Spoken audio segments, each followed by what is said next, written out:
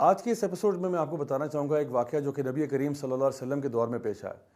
ایک نوجوان لڑکا نبی کریم صلی اللہ علیہ وسلم کی خدمت میں حاضر ہوتا ہے اور کہتا ہے یا رسول اللہ مجھے زنا کرنے کی اجازت دے دیں۔ آپ سوچ سکتے ہیں ایسا سوال وہ بھی نبی کریم صلی اللہ علیہ وسلم کی پریزنس میں پوچھا جائے تو صحابہ کھڑے ہو کے اس کو مارنے کے لیے پیٹنے کے لیے کہ بھئی کس قسم کا سوال پوچھ رہے ہو، یعنی ہمارے پیارے جو ہے نا رسول سے صلی اللہ علیہ وسلم سے تم زنا کی اجازت مانگنے آئے ہو۔ تو آپ صلی اللہ علیہ وسلم نے صحابہ کو روک دیا اور کہا چھوڑ دو اس کو میرے پاس آنے دو۔ اس لڑکے کو اپنے قریب بلایا، بالکل اپنے پاس بٹھا لیا اور اس سے کچھ لاجیکل سوال پوچھے۔ انہوں نے کہا دیکھو اگر تمہیں اجازت دوں گا تو پھر دوسروں کو بھی تو اجازت دینی پڑے گی نا، صرف تمہارے لیے کوئی اسپیشل تو نہیں پرمیشن ہوگی کہ صرف تمہیں اجازت دے دی جائے، سب کو دینی پڑے گی۔ تو اگر میں تمہارے ساتھ ساتھ تمہاری ماں کو بھی اجازت دے دوں یہ کام کرنے کی تو تمہیں کیا پسند آئے گا؟ اس شخص نے جواب دیا، اس نے کہا یا رسول اللہ میرے ماں باپ آپ پہ قربان ہو، خدا کی قسم مجھے بالکل پسند نہیں آئے گا۔ آپ نے فرمایا چلو اگر تمہاری بہن کو بھی اجازت دے دوں پھر کیسا لگے گا؟ اس نے کہا یا رسول اللہ میرے ماں باپ آپ پہ قربان جائیں، خدا کی قسم مجھے بالکل پسند نہیں آئے گا۔ پھر آپ نے کہا اگر یہ اجازت تمہاری پھپھو کو دے دوں، تمہاری خالہ کو دے دوں، اور آپ نے گھر کی دیگر عورتوں کے نام لے کے بتایا کہ اگر ان کو بھی دے دوں تو کیا تمہیں فیل ہوگا؟ تو اس نے کہا مجھے بالکل پسند نہیں آئے گا۔ تو آپ نے فرمایا کہ جو اپنے لیے اور اپنے گھر والوں کے لیے یعنی جو چیز تم پسند نہیں کرتے وہ دوسروں کی بیٹیوں کے لیے کیسے پسند کر رہے ہو؟ اب دیکھیں اس میں کتنی بڑی حکمت ہے۔ نبی کریم صلی اللہ علیہ وسلم نے پھر اس بچے کو گلے لگایا اور اس کے لیے دعا کی کہ یا اللہ اس کو اپنے نفس پر قابو کرنے کی توفیق عطا فرما۔ اللہ تعالیٰ فرماتے ہیں قرآن مجید میں فَأَمَّا مَنْ خَافَ مَقَامَ رَبِّهِ وَنَهَى النَّفْسَ عَنِ الْهَوَىٰ فَإِنَّ الْجَنَّةَ هِيَ الْمَأْوَىٰ، جو شخص بھی اللہ کے سامنے کھڑے ہونے سے ڈرتا رہا اور جس نے اپنے نفس پر قابو کر لیا تو جنت اسی کے لیے۔ صرف دو باتیں جن کا ذکر کیا گیا، یعنی ویسے تو قرآن مجید میں کہا گیا کہ یہ اعمال ایسے ہیں، یعنی نماز اور روزہ اور صدقہ اور زکوٰۃ اور بڑے بہت کا اعمال ایسے ہیں جو کہ جنت میں لے جانے والے ہیں، لیکن اس آیت میں اللہ تعالیٰ نے صرف دو کا ذکر کیا۔ فَأَمَّا مَنْ خَافَ مَقَامَ رَبِّهِ، جو اللہ کے سامنے کھڑے ہونے سے ڈرتا رہا، اپنی اکاؤنٹیبلٹی سے ڈرتا رہا، وَنَهَى النَّفْسَ عَنِ الْهَوَىٰ، اور اپنے نفس کو اس نے قابو کیا۔ اس کا نفس اس کو قابو نہیں کرتا تھا، وہ اپنے نفس کو قابو کرتا تھا۔ تو my dear brothers and sisters, pornography addiction سے بچنے کے لیے ایک بہت بڑا کیور جو ہے وہ یہ ہے کہ اپنے نفس کے اوپر آپ قابو کریں، آپ کا نفس آپ کو قابو نہ کرے۔ دیکھیں یہ جو نفس ہے نا آپ کا، یہ ایک جنگلی گھوڑے کی طرح ہے۔ کبھی آپ نے دیکھا ہو وہ جو ویسٹرن فلموں میں ایک زمانے میں وہ دکھایا کرتے تھے، وہ کاؤ بوائز اینڈ انڈینز میں نا، کہ جو رائڈر ہے نا کاؤ بوائے، وہ آ کے گھوڑے پہ بیٹھتا ہے، اب گھوڑا بالکل مسٹینگ ہے، جنگلی ہے، اور وہ جب اس کے اوپر بیٹھتا ہے پہلی دفعہ تو گھوڑا کیا کرتا ہے؟ گھوڑا ایک دم سے قابو میں نہیں آتا، گھوڑا کیا کرتا ہے؟ چھلانگے مارتا ہے، چھلانگے مارتا ہے۔ تو اگر تو وہ رائڈر جو ہے وہ گیو اپ کر دے تو وہ زمین پہ گرے گا اور گھوڑا جو ہے وہ کبھی اس کے قابو میں نہیں آئے گا، لیکن اگر رائڈر تھوڑی سی ہمت کر کے اس پہ بیٹھا رہے تو کچھ ہی دیر کے بعد وہ گھوڑا جو ہے وہ ٹیم ہو جائے گا۔ اور اب جب رائڈر اس کو کہے گا کہ جی لیفٹ جاؤ، وہ لیفٹ جائے گا، کہے گا رائٹ جاؤ، رائٹ جائے گا، وہ کہے گا بھاگو، وہ بھاگے گا، کہے گا جمپ کرو، وہ جمپ کرے گا۔ تو اتنا خوبصورت بیسٹ جو ہے وہ اب اس سے کنٹرول میں آ جائے گا۔ ہمارا نفس بھی بالکل ایسا ہی ہے، نفس جو ہے وہ قابو آنا چاہتا نہیں ہے۔ میں ایک چھوٹی سی مثال دے کے بات سمجھاتا ہوں۔ جب انسان صبح اٹھتا ہے فجر کے لیے تو نفس تو کہتا ہے بھائی مجھے آرام کرنے دو۔ نفس جو ہے نا وہ آرام پسند ہے، نفس چسکے چاہتا ہے، نفس لذت چاہتا ہے، نفس چاہتا ہے مجھے کوئی چھیڑے نہ۔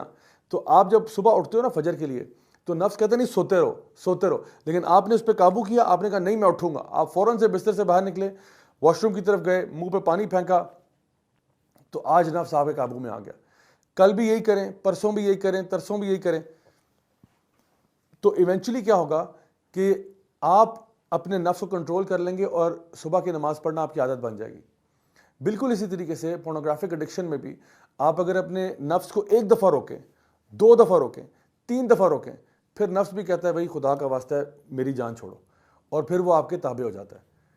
اور یاد رکھیں کہ اگر آپ سے کوئی بھی غلطی کوتاہی ہو جائے، شیطان کے ایک اور ٹریپ میں سے بہت بڑا ٹریپ یہ ہے کہ وہ آپ کو اللہ کے بارے میں نا مایوس کر دیتا ہے۔ وہ کہتا ہے تم اتنے بڑے گناہ گار ہو چکے ہو، اللہ تمہیں کبھی معاف نہیں کرے گا، یعنی ہمارے اوپر مایوسی طاری کر دیتا ہے۔ حالانکہ اللہ تعالیٰ قرآن میں بالکل کچھ اور فرما رہے ہیں۔ اللہ تعالیٰ فرماتے ہیں کہ قل یا عبادی الذین اسرفوا علی انفسہم لا تقنطوا من رحمت اللہ ان اللہ یغفر الذنوب جميعا، کہ اے میرے بندو جنہوں نے اپنی ذات پر نفس کیا، کبھی بھی اللہ تعالیٰ کی مغفرت سے مایوس نہیں ہونا۔ کیوں؟ کیونکہ اللہ تعالیٰ تو تمام گناہوں کو معاف کر سکتا ہے۔ تو my dear brothers and sisters, اگر آپ نے 100 دفعہ گناہ کیا ہے نا تو 101 مرتبہ توبہ بھی کر لو۔ اللہ تعالیٰ فرماتے ہیں کہ ان اللہ یحب التوابین ویحب المتطہرین، یقیناً اللہ محبت کرتا ہے اس گناہ گار سے جو توبہ کر لے۔